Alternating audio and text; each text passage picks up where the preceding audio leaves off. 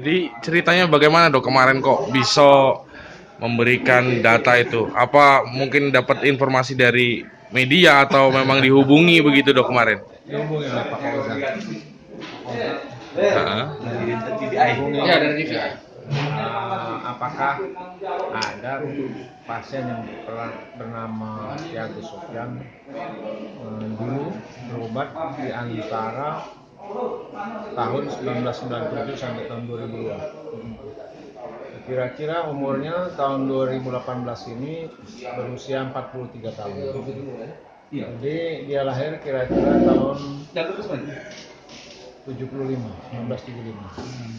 Ternyata kita temukan yang namanya Sofyan itu banyak di dalam file saya, di dalam status tempat praktek saya itu banyak.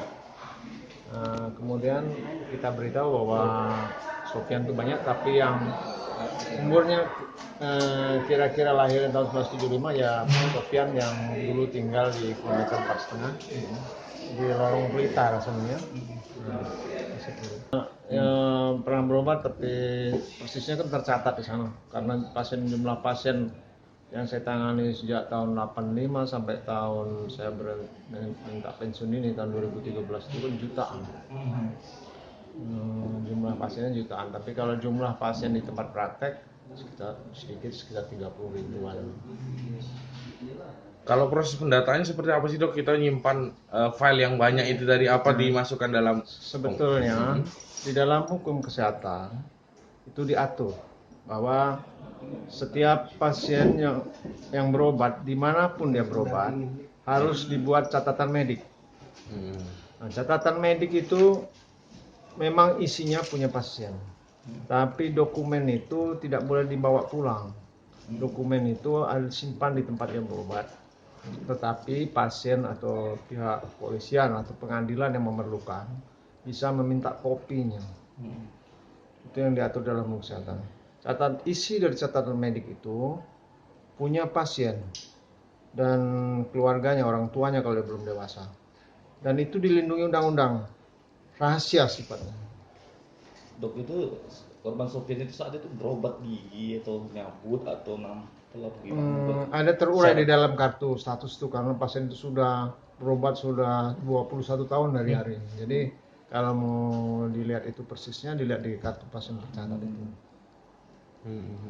Lalu kemarin waktu pertama kali, oh ini mungkin namanya Pak Sofian, langsung kita serahkan ke Pak dokter di sini. Kemudian itu kita sudah tahu bahwa oh itu benar dan akhirnya bisa benar-benar membuat waktu identifikasi itu hanya 3 hari. Seperti apa perasaan dokter? Sudah merupakan kewajiban saya, sudah merupakan yang harus dilakukan secara rutin.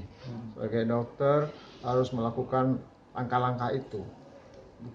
Bukan hanya saya mengambil uang jasa, tapi saya melakukan hak pasien juga harus dikerjakan. Jadi pada mulanya proses DVI kan kita pertama kali adalah mencari data antemortem atau data semasa hidup si korban dan data setelah dia meninggal atau postmortem. Pagi itu kita mengambil data antemortem, data antemortem si korban melalui orang tua dan istrinya.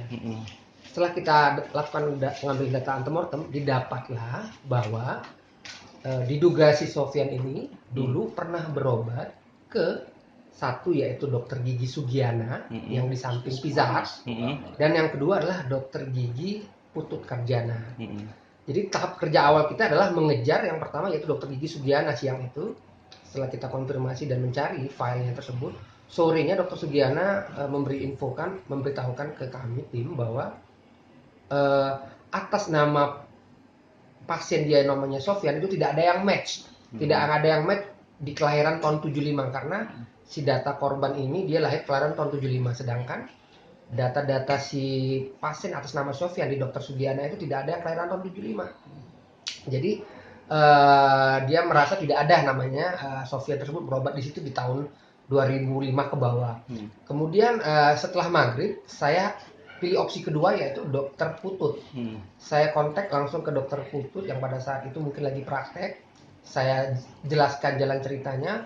beliau merespon cepat dan mencari data medical record pasien dari tahun 90-an sampai 2005. Ternyata dari tahun range tahun tersebut didapatlah beberapa lembar atau beberapa data medical record pasien yang bernama Sofyan.